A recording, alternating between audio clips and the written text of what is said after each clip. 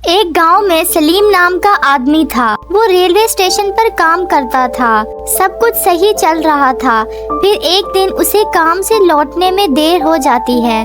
बाहर बहुत तेज बारिश होने की वजह से उसे कोई रिक्शे वाला नहीं मिलता। अरे ये क्या, आज तो कोई रिक्शे वाला भी नहीं है।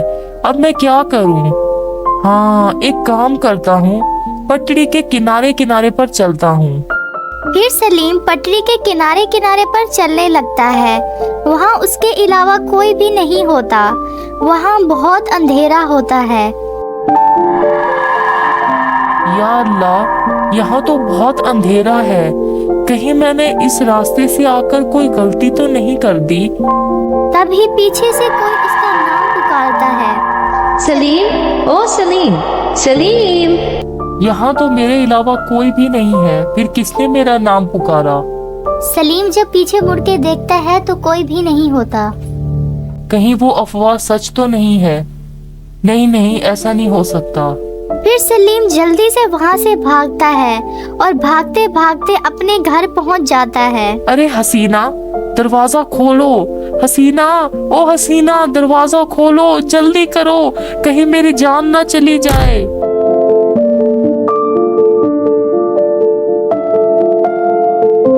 जी क्या हुआ? आप आज इतने घबराए हुए क्यों हैं? बाहर बारिश होने की वजह से आज मुझे कोई रिक्शे वाला नहीं मिला, इसलिए मैं पटरियों के रास्ते से घर आने लगा। तभी किसी औरत ने मेरा नाम पुकारा। मैंने पीछे मुड़ के देखा, लेकिन वहाँ कोई नहीं था। ये आपने क्या कर दिया? आपको पता नहीं था? सब गांव वालों का कहना है कि कोई औरत अगर पटरियों पर पुकारे तो पीछे मुड़ के नहीं देखना, नहीं तो वो औरत तुम्हारे साथ तुम्हारे घर आ जाएगी। अरे बेगम, ये तुम क्या बोल रही हो? मैंने तो पीछे मुड़ के देखा था, लेकिन मुझे कोई भी नहीं दिखाई दिया वहाँ। अब क्या होगा? क्या वो चुड़ैल मेरे पीछे पीछे घर तक आ जाएगी? तभी अचानक उनके घर का दरवाजा कोई जोर जोर से पीटने लगता है। ये इतनी रात को कौन आ गया? कहीं चुड़ैल तो नहीं आई? हसीना, तुम जाकर देखो ना कौन है। फिर हसीना दरवाजा खोलने जाती है। जैसे ही हसीना दरवाजा खोलती है, उसे वहाँ कोई नहीं दिखाई देता। अरे यहाँ तो कोई भी नहीं है। किसने दरवाजा खटखटाया था? हसीना जब वापस जाती है तो फिर से दरवाजे पर दस्तक होती है। वो दोबारा दरवाजा खोलकर देखती है, मगर वहाँ कोई भी नहीं होता। लगता है कोई बच्चा शरारत कर रहा है। वो दरवाजा बंद करके अपने शोहर को बताती है। बाहर तो कोई भी नहीं था। लगता है गांव का कोई बच्चा हमारे साथ शरारत कर रहा है। फिर दोबारा से दरवाजे पर दस्तक होती है। रुको, लगता है दोबारा वही बच्चा है। आज मैं इसे सबक सिखाकर आता हूँ। अचानक से सलीम की चीख की आवाज आती है। हसीना भागकर बाहर आती है, लेकिन उसे कोई भी दिखाई नहीं देता। या अल्लाह, ये कहाँ चले गए हैं? कोई भी दिखाई नहीं दे रहा। अभी तो बाहर आए थे। तभी अचानक एक गांव वाला घबराते हुए हसीना के पास आता है और कहता है, अरे हसीना बहन, एक औरत खून में लथपथ काले कपड़ों में आई और सलीम भाई को घसीटते हुए अपने साथ लेकर पटरियों की तरफ चली गई। लेकिन भाई, ऐसे कैसे हो सकता है? एक औरत भला उन्हें कैसे घसीट सकती है? अरे बहन, वो कोई आम औरत नहीं थी। उसके पैर उल्टे थे। वो वही डाइन थी जिसको लोगों ने अक्सर पटरियों पर चलते हुए देखा है। या अल्लाह, हमें मेरे शोहर को बचाना होगा। आप चलिए मेरे साथ। फिर वो लोग कुछ गांव वालों को अपने साथ लेकर रेल की पटरियों की तरफ जाते हैं। वहाँ बहुत अंधेरा होता है। अरे सलीम भाई, आप कहाँ हैं? क्या आप मुझे सुन सकते हैं? तो आवाज दें, कहाँ हैं आप? अरे भाइयों, मैं यहाँ हूँ, इधर देखो, नीचे की तरफ। मुझे बचाओ, कोई तो मेरी मदद करो। भाइयों, ये तो सलीम भाई की आवाज है। फिर वो सब सलीम की आवाज का भागते भागते पीछा करने लगते हैं। वहाँ पहुंचकर सबकी आंखें फटी की फटी रह जाती हैं। डाइन ने सलीम को रेल की पटरियों के दरमियान में गाड़ रखा होता है। सलीम का सर बाहर होता है और बाकी का जिस्म पटरियों के अंदर होता है। अरे सलीम भाई, ये किसने आपको जमीन में गाड़ दिया है?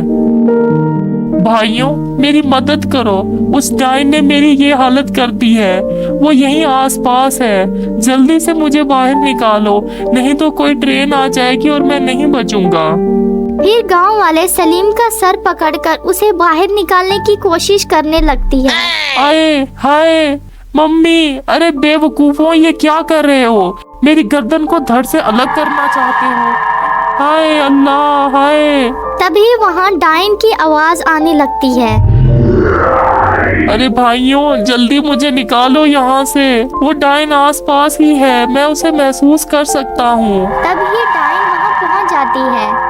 डाइन को अपने सामने देखकर सबकी हालत खराब हो जाती है। अरे मर गए, ये तो वही पटड़ियों पर घूमने वाली डाइन है। अब क्या करें?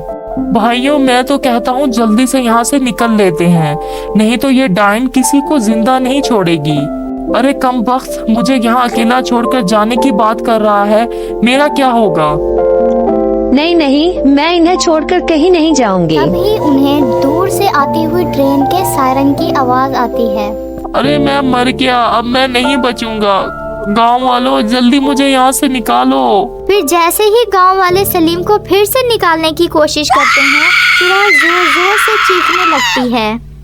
चुड़ैल की आवाजों से डरकर गांव वाले वहां से भाग जाते हैं। ट्रेन की आवाजें भी अब तेज हो जाती हैं।